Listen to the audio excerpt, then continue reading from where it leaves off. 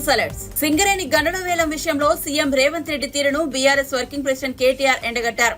రేవంత్ రెడ్డి 2021లో PCC president గా ఎంపీగా ఉన్నప్పుడు బొగ్గు గనుల వేలాన్ని నిలిపివేయాలని 4 బొగ్గు బ్లాక్లను సింగరేణి క్యాలరీస్ కు బదిలీ చేయాలని కేంద్ర ప్రభుత్వాన్ని డిమాండ్ చేసిన విషయాన్ని గుర్తు చేశారు. ఆవిష్కృతమైనది ఏంటిది అంటే ఈరోజు దేశంలో జరుగుతున్న తాజా ఉదంతం మన రాష్ట్రంలో రేపు జరగబోతున్న ఒక దృష్టాంతమే దానికి గొప్ప ఉదాహరణ. కేసీఆర్ గారు 16 పార్లమెంట్ సీట్లు ఇవ్వండి, మనం కేంద్రంలో ఈ సంకీర్ణ శకంలో ఒక నిర్ణయాత్మకమైన పాత్రలో ఉంటామని తెలంగాణ ప్రజలకు అపీల్ చేసినప్పుడు ఇక్కడ ఈరోజున్న ముఖ్యమంత్రి రేవంత్ రెడ్డి గారితో సహా చాలామంది మాట్లాడినారు. ఏం చేస్తారు 16 ఎంపీలతో కేసీఆర్ గారు, ఏం చేయగలరు అని మాట్లాడినారు.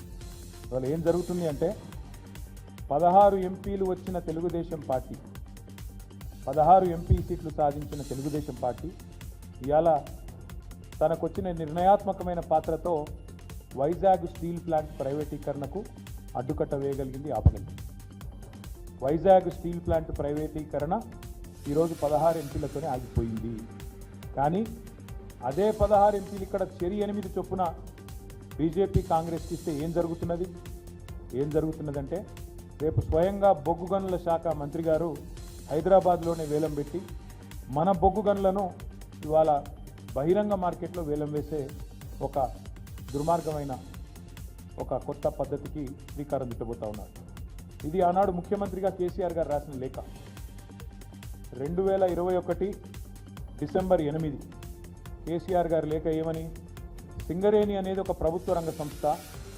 గతంలో బీహార్లో చెస్నా అనే ఒక ప్రాంతంలో మరి ఆనాడు ఒక ప్రమాదం బొగ్గుబాయిలో జరిగితే అక్కడ 100 మంది కార్మికులు చనిపోతే ఆనాటి అప్పటి ప్రభుత్వం, కేంద్ర ప్రభుత్వం ఒక నిర్ణయం తీసుకున్నది.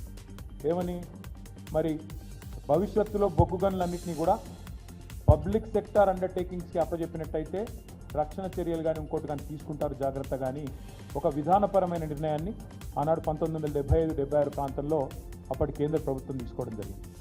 దాన్ని ఉటంకిస్తూ కేసీఆర్ గారు ఉత్తరం రాసినారు. ఏమని రాసినారు, అయ్యా మీరు ప్రభుత్వ రంగ సంస్థ, 51% రాష్ట్ర ప్రభుత్వ వాటా ఉన్నది, 49% కేంద్ర ప్రభుత్వ వాటా ఉన్నది, దయచేసి మీరు కేటాయించండి అని చెప్పారు. చెప్తే వెంటనే ఆనాడు అప్పటి పీసీసీ అధ్యక్షుడు రేవంత్ రెడ్డి గారు కూడా కేసీఆర్ గారు డిసెంబర్ 8 నాడు ఈ డిమాండ్ పెడుతూ ఉత్తరం రాస్తే రేవంత్ రెడ్డి గారు డిసెంబర్ 11 నాడు 2021 డిసెంబర్ 11 నాడు రేవంత్ రెడ్డి గారు చేసిన ట్వీటు, ఆయన రాసిన లేఖ, ప్రధానమంత్రికి పీసీసీ అధ్యక్షుడి హోదాలో రేవంత్ రెడ్డి గారు ఏం డిమాండ్ చేసినారు, I wrote to prime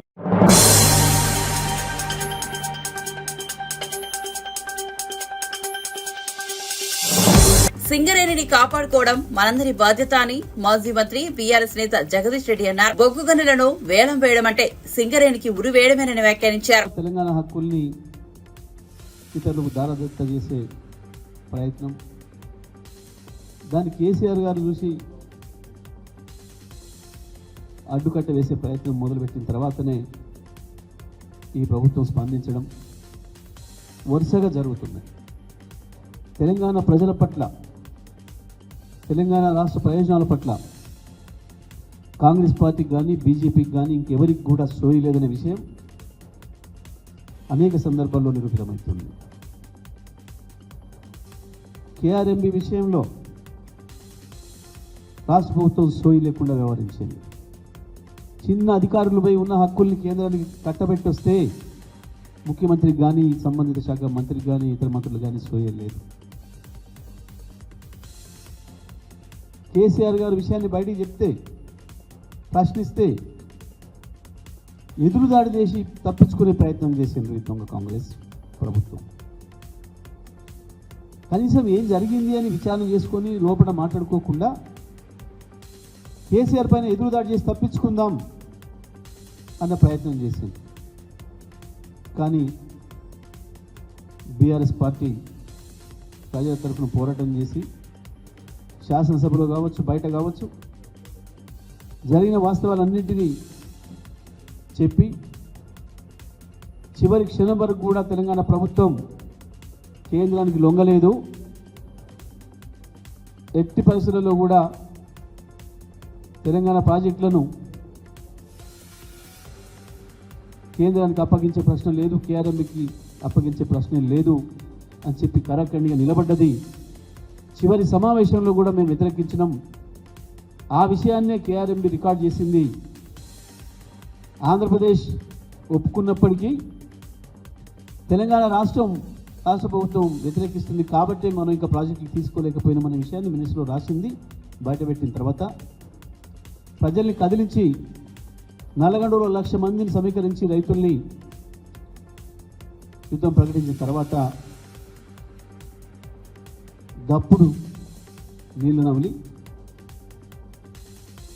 Telangana అసెంబ్లీలో తీర్మానం పెట్టి మేము కేఆర్ఎంకి ఇయ్యం, మాకేం ఉండాలి అని చెప్పి తీర్మానం చేయించి చేదుకున్నాం. మరొక వైపు గోదావరిని తీసుకుపోయి కావేరిలో కావేరిలో కలిపి కుట్ర చేస్తుంటే కేంద్ర ప్రభుత్వం నోరు మరపలేదు. చోటేబాయ్ మళ్ళీ దాన్ని కూడా కేసీఆర్ యుద్ధం ప్రకటించాల్సి వచ్చింది. ఇవాళ మళ్ళీ సింగరేణి విషయంలో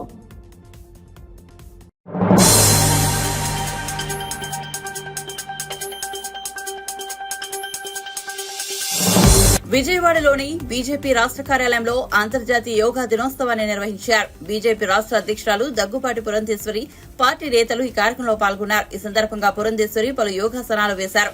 మన దేశంలో ఆవిర్భవించిన యోగా విశ్వవ్యాప్తమైనదని పురంధేశ్వరి అన్నారు. పిల్లలకు యోగా నేర్పించడం అవసరమని అంతా గుర్తించాలన్నారు.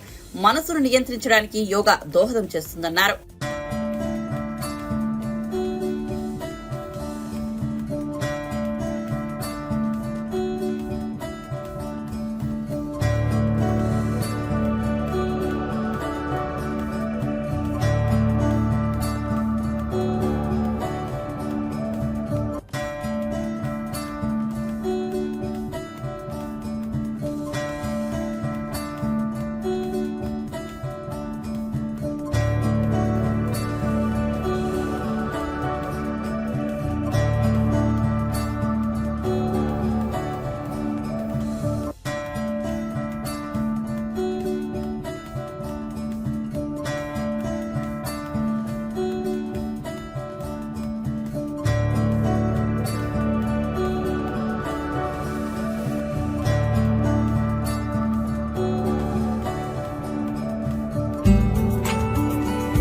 యోగా దినోత్సవం పురస్కరించుకుని అందరికీ కూడా నా అభినందనలు, శుభాకాంక్షలు తెలియజేస్తున్నాను. మనందరికీ తెలుసు 10 సంవత్సరాల క్రితం నరేంద్ర మోడీ గారు ఈ ప్రతిపాదనని అంటే జూన్ 21వ తేదీన మనమందరం కూడా యోగా దినాన్ని నిర్వహించుకోవాలని చెప్పి యుఎన్లో వారి ప్రతిపాదన పెట్టినటువంటి విషయం మనందరికీ తెలుసు. అప్పట్లో చాలామందికి అనుమానం ఉండేది, ఇది నిజంగా యాక్సెప్ట్ చేయబడుతుందా అనేటువంటి అనుమానం ఉన్నప్పటికీ కూడా ఇవాళ ప్రపంచవ్యాప్తంగా దగ్గర 190 దేశాల్లో ఇవాళ యోగా ప్రక్రియని నిర్వహించుకోవడం అనేది మన భారతదేశానికి, భారత జాతికి ఇది చాలా గర్వకారణం అని చెప్పి మనమందరం గమనించవలసినటువంటి విషయం. ఈ దేశాలు ముస్లిం దేశాలు కూడా ఉన్నాయి. వారు సైతం ఇవాళ జూన్ 21వ తేదీన వారందరూ కూడా యోగా దినాన్ని జరుపుకోవడం అనేది ఇది నిజంగా మనందరికీ చాలా ఆనందాన్ని కలిగించేటువంటి విషయం.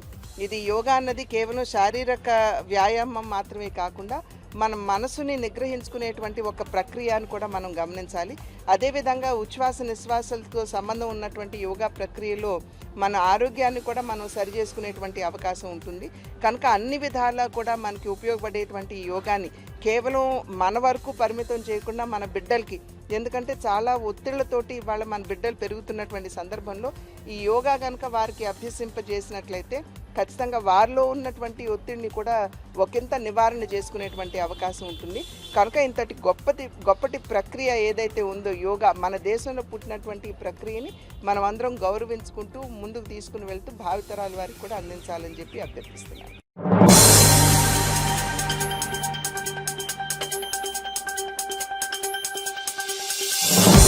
మంత్రిగా పవన్ కళ్యాణ్ పంచాయతీరాజ్, గ్రామీణాభివృద్ధి, అటవీ, పర్యావరణ శాఖలో చేయవలసిన పని చాలా ఉందని ఆయన సోదరుడు జనసేన నేత నాగబాబు అన్నారు. అధికారాన్ని ప్రజలకు సేవ చేసేందుకే పవన్ వినియోగిస్తారని చెప్పారు. పవన్ మాటల్లో మాత్రమే పవర్ స్టార్ అని, రాజకీయాల్లో ఆయన నిజమైన హీరో అని నాగబాబు పేర్కొన్నారు. ఆయన తీసుకున్నటువంటి పంచాయతీరాజ్ కానీ అటవీ పర్యావరణం ఇవన్నీ కూడా చాలా డీటెయిల్డ్గా పనిచేయాల్సిన శాఖలు. ఆయన టోటల్గా అక్కడ ఫోకస్ అయ్యాడు. ఆయన అసలు ఈ ఈ పదవి దీనికి సంబంధించిన థ్రిల్ కంటే కూడా ఎంత వర్క్ చేయాలి దాని మీద ఫోకస్ ఉన్నాడు. మేమందరం కూడా ఆయన వైపే ఉన్నాం, ఆయన ఆలోచనకి అనుగుణంగా ఉన్నాం. ఆయన చేయాల్సిన బాధ్యతలు చాలా ఉన్నాయి, దాని మీద ఆయన ఫుల్ ఫోకస్ పెట్టాడు. అవి బాగా చేయాలి అది కోరుకున్నాం తప్ప ఈ పదవి తాలూకు పవర్ని ఎంజాయ్ చేసేటువంటి ఆలోచన అనేది లేదు. నిజంగా అసలు ఆ థాట్ కూడా లేదు. సో పర్టికులర్గా రాష్ట్రానికి ముఖ్యంగా పంచాయతీరాజ్ శాఖ మంత్రిగా కావచ్చు, ఉప ముఖ్యమంత్రిగా కావచ్చు, మీ నుంచి మీ తమ్ముడికి అంటే ముఖ్యంగా నాయకుడి కంటే కూడా ఇంట్లో మీకు ముఖ్యంగా తమ్ముడుగా ఉన్న నేపథ్యంలో ఎలాంటి సలహాలు మీరు ఇచ్చారు?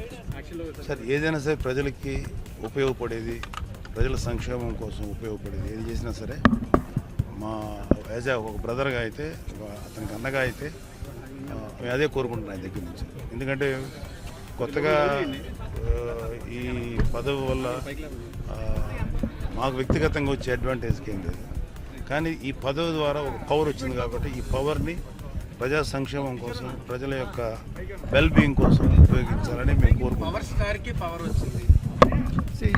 ఇప్పుడు ఆయన సినిమా వరకే పవర్ స్టార్ అండి, but when it comes to politics is a real hero. So cinema సంబంధం లేదు, is entirely different, is a great leader.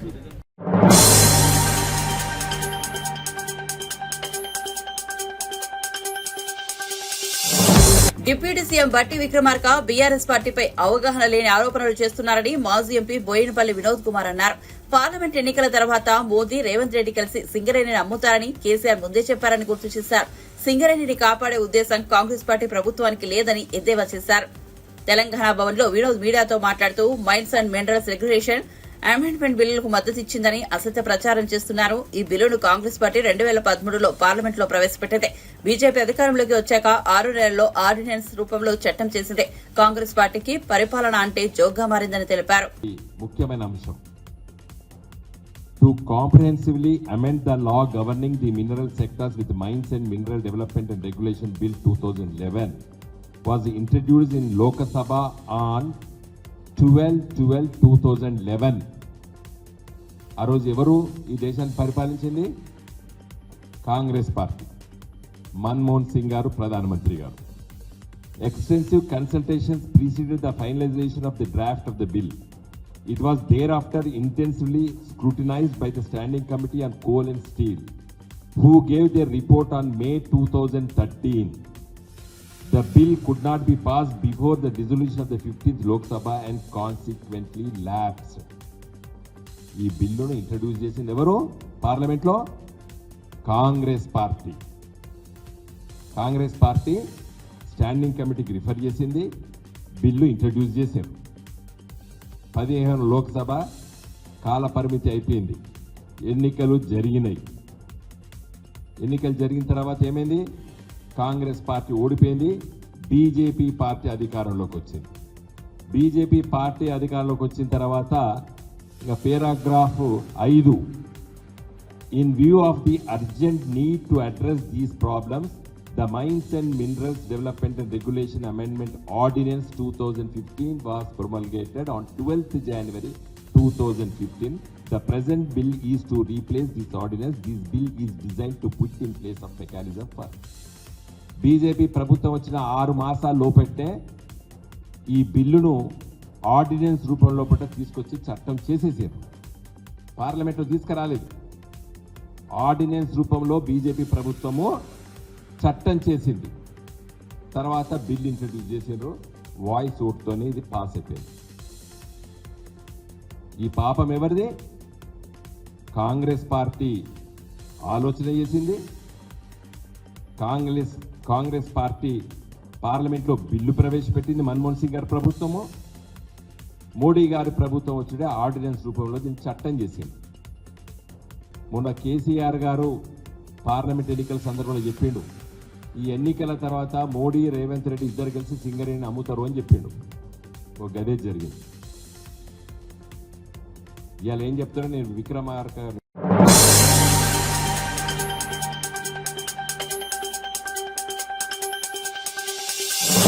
కాపు ఉద్యమ నేత ముద్రగడ పద్మనాభరెడ్డి మీడియా సమావేశంలో ఆసక్తికర వ్యాఖ్యలు చేశారు.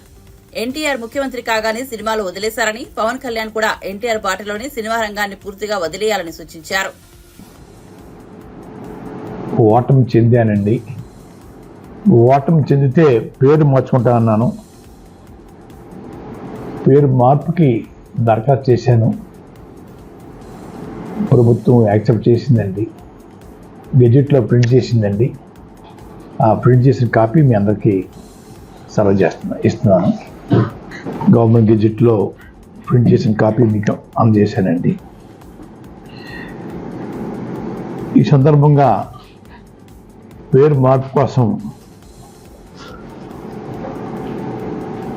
ఎంతో ఒత్తిడి చేసిన కాపు బలిజ యువతకి, వాళ్ళందరూ నాకన్నా చిన్నవాళ్ళైనా వాళ్ళందరికీ ధన్యవాదాలు చెప్పుకుంటున్నానండి. నాకు స్వేచ్ఛ కలగజేసినందుకు చాలా ఆనందంగా ఉంది. గతంలో జగన్ గారి పాలనలో నేను ఉద్యమం చేయటం లేదు అని పవన్ కళ్యాణ్ గారు తరచూ మాట్లాడుతూ ఉండేవారండి. నా ఇమేజ్ పెంచుకోవడం కోసం ఉద్యమం చేపట్టాడు తప్ప నేనే లాభం పొందాను అనే మాటలు ఎక్కువగా వచ్చేవండి. నేను చేతకానివాడిని, అసమర్థుడిని, అమ్ముడు పోయాను కాబట్టి ఆ రోజు ఉద్యమాన్ని కొనసాగించలేకపోయిన పవన్ కళ్యాణ్ గారు,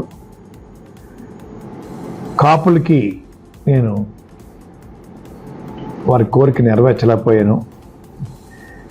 మీ చేతిలో రాష్ట్ర ప్రభుత్వం, కేంద్ర ప్రభుత్వం కూడా మీ చేతిలో ఉన్నాయి. కాపుల యొక్క చిరకాల కోరిక తీర్చే అవకాశం మీకు ఉందని నేను అనుకుంటా ఉన్నాను. ఆ దిశగా మీరు తలుచుకుంటే కొన్ని రోజుల్లోనే రాష్ట్రంలోనూ కేంద్రంలోనూ ఆ రిజర్వేషన్ ఇప్పించగల సత్తా మీకు ఉందని నేను భావిస్తూ ఉన్నాను. అలాగే మీ చేతిలో రాష్ట్ర ప్రభుత్వం, కేంద్ర ప్రభుత్వం మీ చెప్పు చేతల్లో మీ అండతో ఉన్నాయి కాబట్టి ప్రత్యేక హోదా కోసం ఒక అడుగు ముందుకు వేయమని నేను కోరుతా ఉన్నానండి. అది కూడా సాధించాలండి. ఆ రోజు ఎక్కువ మెజార్టీ ఉండటం వల్ల బీజేపీ ప్రభుత్వం జగన్ గారి కోరికను మన్నించలేదు.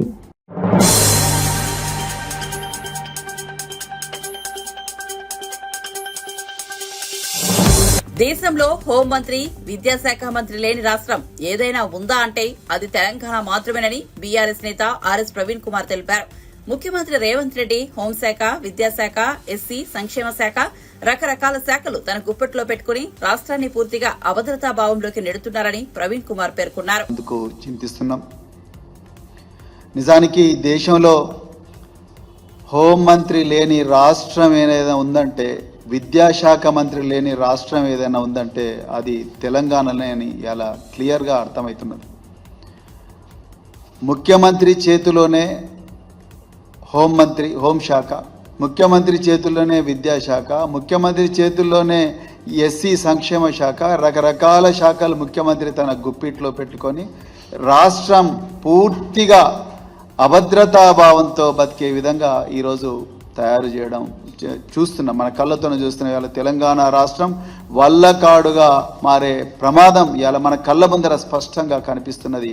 దానికి మరి ఇంతకుముందు మా గౌరవ ఎక్స్ఎమ్మెల్యే కొల్లాపూర్ గారు, హర్షవర్ధన్ రెడ్డి గారు మాట్లాడినట్టుగా మీకు క్లియర్గా అర్థమైంటుంది. ఇప్పటికే మిత్రులారా, కొన్ని సంఘటనలు అయితే మీ దృష్టికి తప్పకుండా తీసుకురావాలి. ఈ కొల్లాపూర్లో ముల్చింతలపల్లి గ్రామంలో ఏదైతే ఒక గిరిజన మహిళ మీద వారం రోజులుగా ఆమెను కిడ్నాప్ చేసి దుండగులు అత్యాచారం చేస్తుంటే కనీసం పోలీసులకు ఆ విషయం మీద వారం రోజులుగా ఏమాత్రం సమాచారం లేకపోవడం అనేది ఈ రాష్ట్రంలో భద్రతా వ్యవస్థ, ఇంటెలిజెన్స్ వ్యవస్థ, సమాచార సేకరణ వ్యవస్థ, గ్రామ స్థాయిలో పోలీసింగ్ ఎంత ఘోరంగా ఉన్నదనేది మనకు క్లియర్గా అర్థమవుతున్నది. చీమ చిట్టుక్కమంటేనే వచ్చే మరి పోలీసులు మరి ఇలా ఎందుకు వారం రోజులుగా కొల్లాపూర్ ప్రాంతంలో ఒక గ్రామంలో, మూల్చింతలపల్లి అంటే ఏదో మారుమూల అటవీ ప్రాంతంలో ఉన్న ప్రాంతం కాదు, అది కొల్లాపూర్ మండలంలో ఉన్న ఒక గ్రామము. ఆ గ్రామంలో ఇలా ఒక గిరిజన మహిళ ఎంతో ఘోరంగా, పాశవికంగా, ఆటవికంగా ఆమెను వారం రోజులుగా అత్యాచారం చేస్తుంటే పోలీసు వ్యవస్థ కనీసం కనుక్కోలేకపోయింది. అదేవిధంగా నిన్న పోలీస్ స్టేషన్లోనే ఒక మహిళ గత సంవత్సరం ఆమె మీద కేసు బుక్ చేస్తే నిన్న ఆమెను విచారణకు పిలిపిస్తే ఆమె పోలీస్ స్టేషన్లోనే ఆత్మహత్య చేసుకొని చనిపోతే ఆమె ఏ పరిస్థితుల్లో ఆత్మహత్య చేసుకొని చనిపోయిందని చూడడం కోసం కనీసం ఆధారాలు లేకుండా పోలీసులు మరి పోలీస్ స్టేషన్లో సీసీటీవీ కెమెరాలు కూడా పనిచేయని పరిస్థితి ఇలా కొల్లాపూర్కే చెల్లింది మిత్రులారా. ఇది ఇంత ఘోరంగా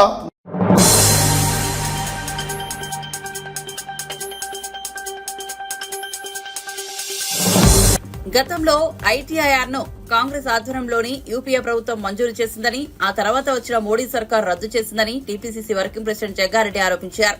రద్దు చేసిన ఐటీఐఆర్ ని తెప్పించాల్సిన బాధ్యత కేంద్ర మంత్రులు కిషన్ రెడ్డి, బండి సంజయ్లదేనని స్పష్టం చేశారు. గాంధీ భవన్ లో శుక్రవారం ఆయన విలేకరులతో మాట్లాడుతూ ఐటీఐఆర్ కోసం ఆనాడు యూపీఏ ప్రభుత్వం అన్ని పర్మిషన్లు ఇచ్చిందని తెలిపారు. ఎన్డీఏ ప్రభుత్వం వచ్చాక రద్దు చేసిందని ఆవేదన వ్యక్తం చేశారు. ఐటీఐఆర్ ఏర్పాటు కోసం అన్ని రకాలుగా అనుమతులు ఇచ్చింది ఆనాటి యూపీఏ కాంగ్రెస్ గవర్నమెంట్.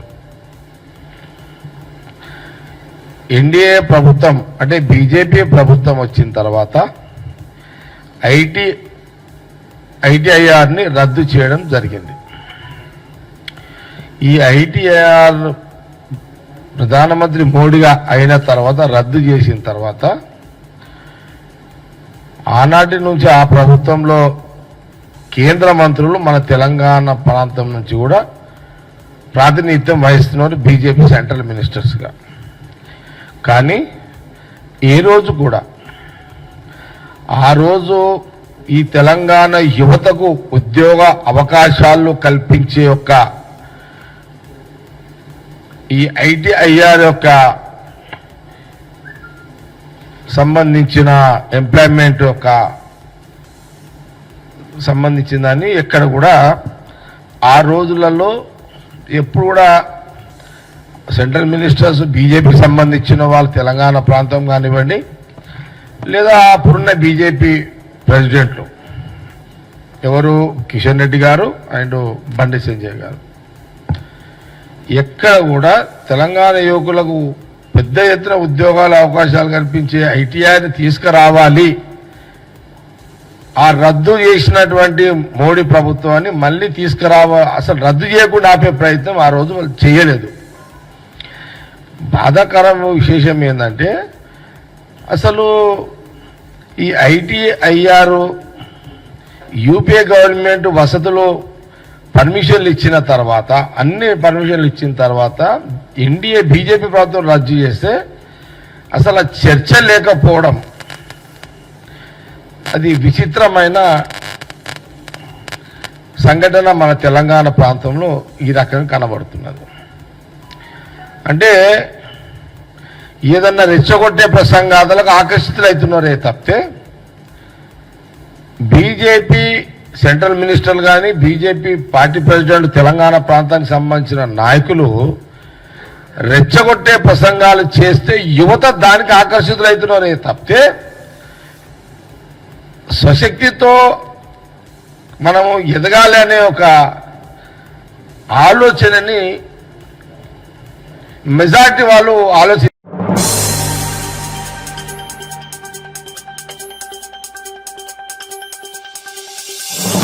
అటల్ సేతు 17,840 కోట్లతో కేంద్ర ప్రభుత్వం ప్రతిష్టాత్మకంగా నిర్మించిన బ్రిడ్జి 5 నెలల కిందట ప్రధాని మోదీ ప్రారంభించారు. దేశంలో నదిపై కట్టిన అతిపెద్ద బ్రిడ్జిగా ఇది రికార్డుకెక్కింది. ఇదిలా ఉండగా 5 నెలలు తిరగక ముందే దీనిపై పగుళ్లు రావడం వివాదాస్పదమైంది. కేంద్ర ప్రభుత్వం ప్రతిష్టాత్మకంగా నిర్మించిన ఈ బ్రిడ్జిపై ఇంత తక్కువ సమయంలోనే పగుళ్లు రావడంపై ప్రతిపక్ష కాంగ్రెస్ పార్టీ కేంద్రాన్ని ఎండగడుతోంది. బ్రిడ్జిపై 2 నుంచి 3 అడుగుల మేర పగుళ్లు ఉన్న వీడియోని నెట్టింట వైరల్ గా మారింది.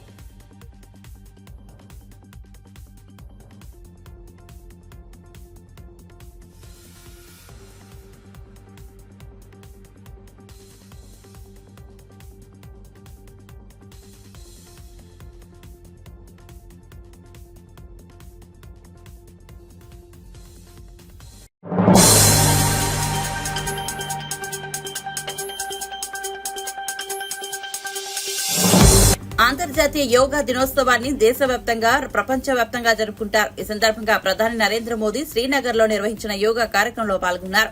దాల్ సరస్సు ఒడ్డున మోదీ 7,000 మందితో యోగా చేయవలసి ఉండగా వర్షం కారణంగా కార్యక్రమానికి అంతరాయం కలిగింది. కార్యక్రమాన్ని ఇండోర్ స్టేడియంకు మార్చారు. ఈ సందర్భంగా మాట్లాడిన ప్రధాని మోదీ 10వ అంతర్జాతీయ యోగా దినోత్సవాన్ని పురస్కరించుకుని ప్రతి ఒక్కరూ యోగాను తమ దైనందిన జీవితంలో భాగం చేసుకోవాలని కోరారు.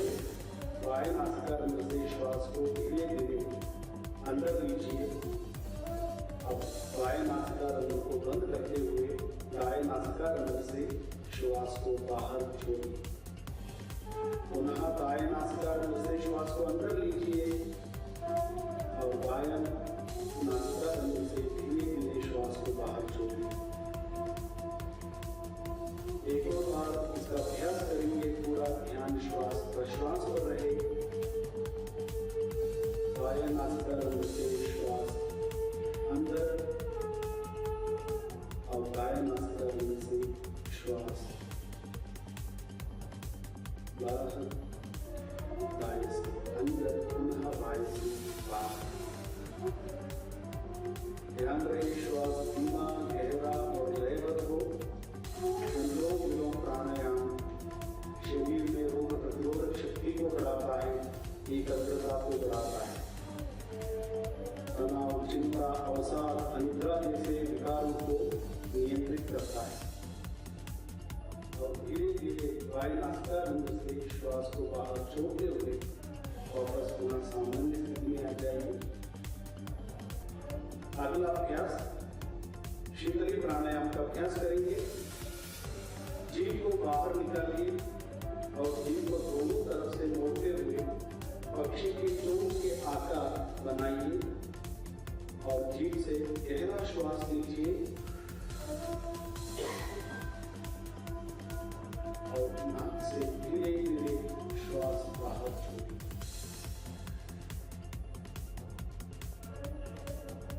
पुनः इसका अभ्यास करेंगे। धीरे धीरे जीभ से श्वास अंदर और नाक से श्वास बाहर।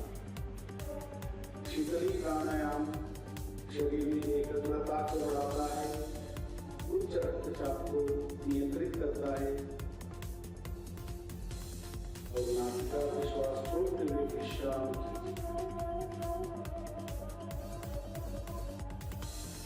अगला अभ्यास भ्रामरी प्राणायाम। षण्मुखी मुद्रा धारण कीजिए, दोनों अंगूठे से कान बंद कीजिए, उंगलियों को चेहरे पर स्थापित करें, नाक से श्वास अंदर लीजिए और धीरे धीरे